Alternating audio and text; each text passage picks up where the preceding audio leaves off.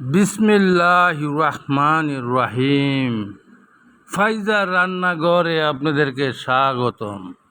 আজকে ফাইজার রান্নাঘরে আমি একটা মাংসের পাক নিয়ে এসেছি। এটা হচ্ছে মহিষের গোস্ত। এই গোস্তটা মহিষের, এই 1.5 কেজি গোস্ত আমার ছেলে মহিষের গোস্ত 1300 টাকা দিয়ে নিয়েছে বাজার থেকে। মহিষ আপনি সব বাজারে মহিষ করে বিক্রি করে না, পরিচিত থাকলে আনা যায় 2-1 জায়গার থেকে। এই জন্যে ভাই, এই যে আমি আপনার দেখেন গোশটা আমি নিচের সামনে, এখন আমি মশলা মিশাইমু।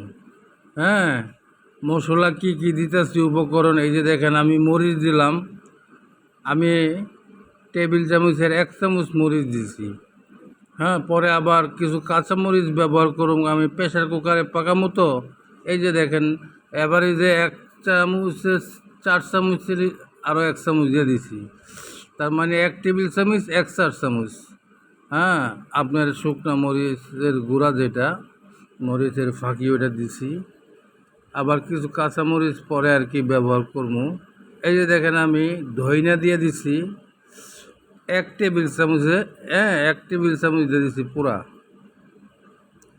এই যে দেখেন আমি যে হলুদ দিয়ে দিলাম, হলুদ আমি সবসময় একটু কম দেওয়ার চেষ্টা করি, অনেক সময় অনেকে কালারের জন্য বেশি দেয়। কারণ হলুদের তেমন কোনো কাজ নাই, হলুদের কালারটা সুন্দর করে। এই যে আমি নুন দিয়ে দিছি আপনার 2 চামচ দিছি, পরে আমার পরিমাণ মতো আমরা কম বেশি করে ঝোল দেখা পরে ওইটা অ্যাকুরেট করবো। এখন দেখেন আমি যে মোটামুটি সিম্পল মশলাগুলো তো সব দেওয়াই হয়েছে। এখন আমি দিব আপনার আসল মশলা। এই যে দেখেন আমি জিরা দিয়ে দিলাম, জিরা দিয়ে দিলাম 1 টেবিল চামচ।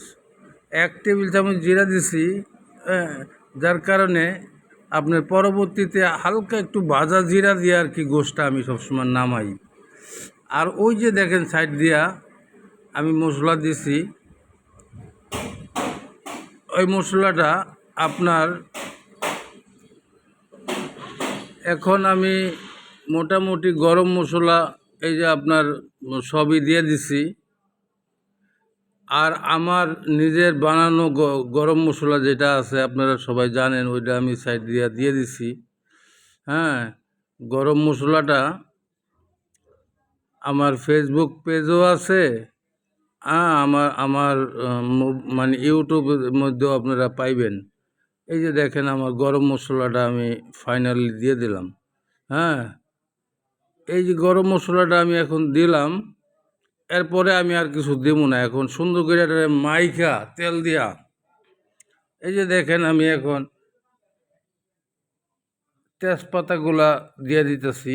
তেজপাতা এত বেশি দেওয়ার দরকার নাই, কারণ আমার গরম মশলার মধ্যেও কিন্তু তেজপাতা দেওয়া আছে, আপনারা দেখছেন। এই যে পেঁয়াজগুলা অত ছোটও করি নাই, অত কুচি কুচিও করি নাই, পেঁয়াজগুলা দিয়ে দিলাম। আর এই যে আপনার আদা রসুন একসাথে বাটা আছে, এটা আমি যেহেতু 1.5 কেজি গোশ, আমি 3 টেবিল চামচের মাপে দিব। 3 টেবিল চামচ, যার কারণে আমি আমার হাতের একটা মাপে দিছি, পরিমাণটা 3 টেবিল চামচ।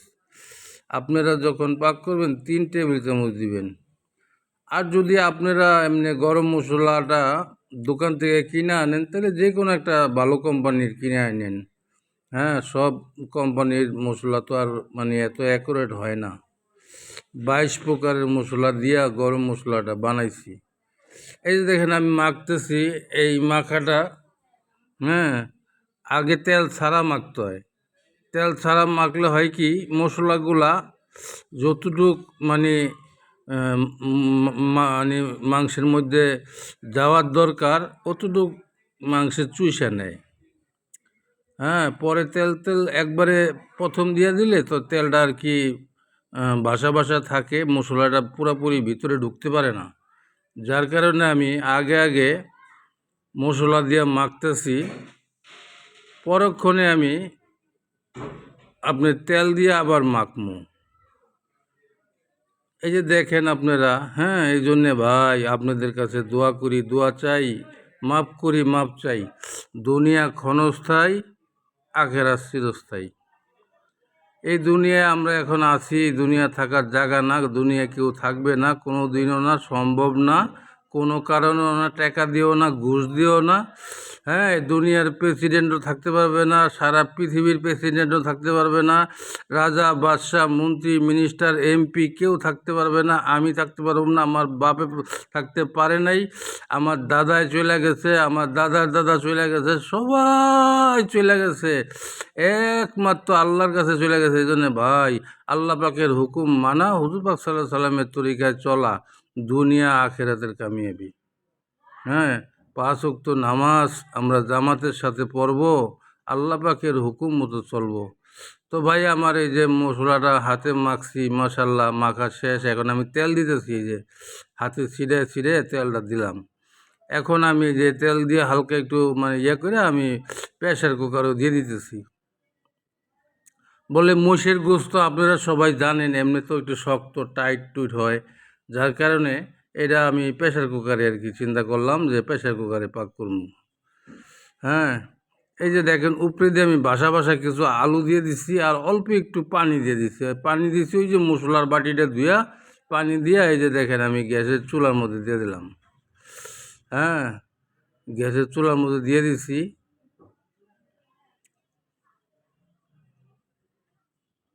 আপনারা ভাই এইভাবে মানে মহিষের গোশ যদি কেউ খান আর গরু গোশ, এগুলা পাকানোর নিয়ম প্রায় সেমই, তবে মহিষের গোস্তটা আর কি একটু বেশি পাক করতে হয়, গরু গোস্তের থেকে মহিষের গোস্তটা একটু বেশি জাল দিতে হয়। আর প্রেশার কুকারে দিলে হয় কি আপনার জিনিসটা খুব নরম হয়ে যায়। এই যে লাস্টে নামায় ফেলাইছি দেখেন, আমি সরিষার তেল দিয়ে একটা বাগার দিলাম। আমি তেমন কোনো উপকরণ দিই না, আমি একটু এই শুকনা মরিচ দিছি, দিয়া ওই শুকনা মরিচের ফ্লেভারটা তেলের সাথে মিশার সাথে সাথে আমি শুকনা মরিচটা অফলাইনে আর কি নামায় ফেলাইছি, নামায়া ওই তেলের মধ্যে বাগার দিছি, অন্য কোনো মশলা দেই নেই। আর হালকা একটু দিছি আপনার এই যে সিরকা দিছি, এই যে দেখতেছেন আপনারা একটু সিরকা দিছি। এখন হয়েছে আপনার যে কোনো মুখরোচক খাদ্যের মধ্যে সিরকা দেওয়া যায়। এখন হয়েছে আপনার পাক আমার হয়ে গেছে। এখন আপনারা ভাই যারা যারা আমার এই চ্যানেলটা দেখেন, আমার ফাইজা রান্নাঘর সাবস্ক্রাইব করেন, হ্যাঁ, বেশি বেশি শেয়ার দিয়েন, সবাইকে দেখার সুযোগ করে দিয়েন। আর এই মশলার মাপটা আপনারা অ্যাকুরেটভাবে হিসাব করে আপনারা গোশ কম বেশি হইলে ওই হিসাবে মশলা মিশাইয়া আপনারা পাক করেন। হ্যাঁ, ইনশাল্লাহ খাইতে সেই রকম মজা, সেই লেভেলের মজা, মানে